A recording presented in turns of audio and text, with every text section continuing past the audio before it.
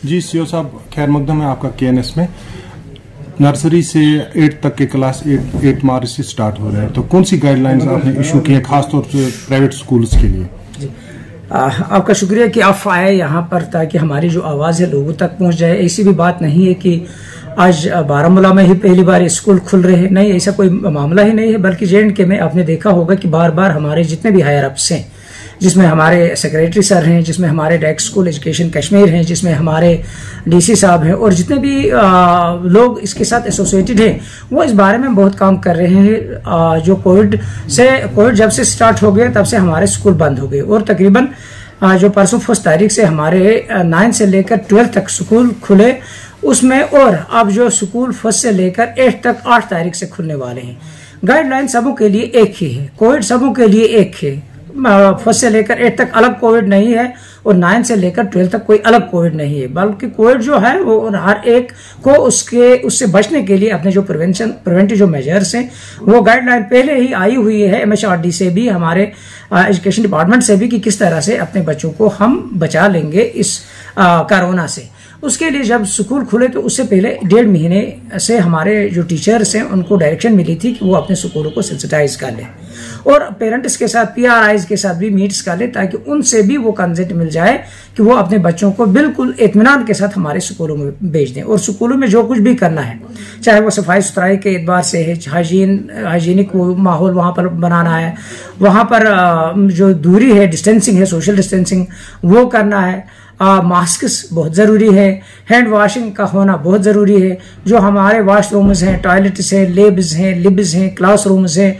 एक दूसरे के साथ हाथ न मिलाना है, एक दूसरे के साथ पेन कागज़ एक्सचेंज नहीं करना है, और एंट्रेंस और जो एग्जिट है वहां पर कोई क्राउड नहीं कराना है। और जो भी बच्चा आता है जहां पर हमारी फैसिलिटी है वहां थर्मो स्कैनिंग करा रहे हैं। आपने देखा होगा कि मेरे बहुत सारे इंस्टीट्यूट ऐसे हैं जहां पर उन्होंने ड्यूटी रखी है अपने स्टाफ को, और वो डेली वहां पर होते हैं सुबह सवेरे। जहां पर हमारे स्कूल खुले हैं उनको ऑलरेडी ये डायरेक्शन गई हुई है कि ये आपके विजडम तक है कि हमारे बच्चे किस तरह से सेफ रहेंगे, जिसमें हम अल्टरनेट या इवन ऑड या 2 सेशंस पे हम उनको पढ़ा रहे हैं। उस तरह से भी हमने हमारी तरफ से पूरी उनको इजाजत है। बच्चे को बचाने का ख्याल हमें पहले रखना है और एजुकेशन उसके साथ साथ। तो हमारे जितने भी स्टाफ मेंबर्स हैं तो वो भी इस बारे में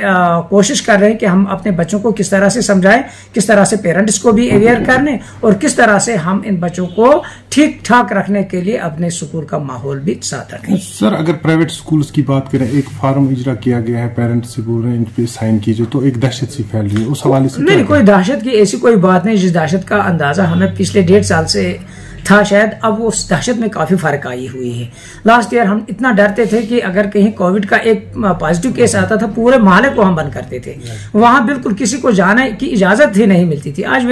वैसी बात नहीं, मुझे लगता है हर घर में एक कोविड का केस पॉजिटिव जरूर होगा। और इंशाल्लाह आगे जो हमारी कोशिश है, मेडिकल डिपार्टमेंट भी इसमें काम कर रहा है, हेल्थ डिपार्टमेंट भी इसमें काम कर रहा है, सब डिपार्टमेंट मिलकर आज ये बात है कि जो भी कोई पॉजिटिव आता है उसको होम क्वारंटाइन करना पड़ता है। और जो आप कहते हैं कि दहशत, मैं उन पेरेंट से और अपने जो HOIs हैं प्राइवेट स्कूलों से, उनसे भी ये बताना चाहूंगा कि उतना ये नहीं बनाए जितना जिसकी वजह से हमारा पेरेंट जो है वो डर जाए और अपने बच्चों को बाहर न निकाल सके। इसमें थोड़ी लीनेंसी देकर बच्चों को भी लाने के लिए अपनी पूरी तरह से कोऑपरेट कर लें। आपको लगता है जैसे नर्सरी के बच्चे हैं, फर्स्ट के या LKG के बच्चे, उन स्कूल्स में भी एहतियात उनको बरतने की जरूरत है? मैं कहता हूँ अपने घर से लेकर स्कूल तक किसी भी जगह उनको एहतियात बरतने की जरूरत है, क्योंकि एक बच्चा, चलो उसका इम्यून सिस्टम ठीक होता है लेकिन वो एक कैरियर बन सकता है। ये नहीं मालूम है कि स्कूल के अंदर किसी टीचर के अंदर क्या है। बच्चा ठीक ठाक है तो घर में लेकर कोई ना कोई चीज, कोविड की कोई चीज ले सकता है। इसलिए हमारे जितने भी टीचर्स हैं, मैं रोज मीटिंगें लेता हूं, मैं वर्चुअल मीटिंगें लेता हूं, अपने HOI से मैं बात करता हूं,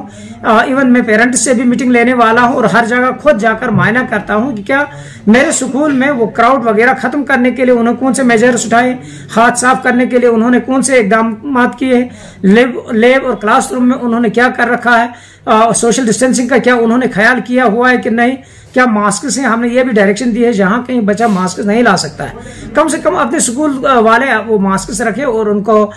हैंड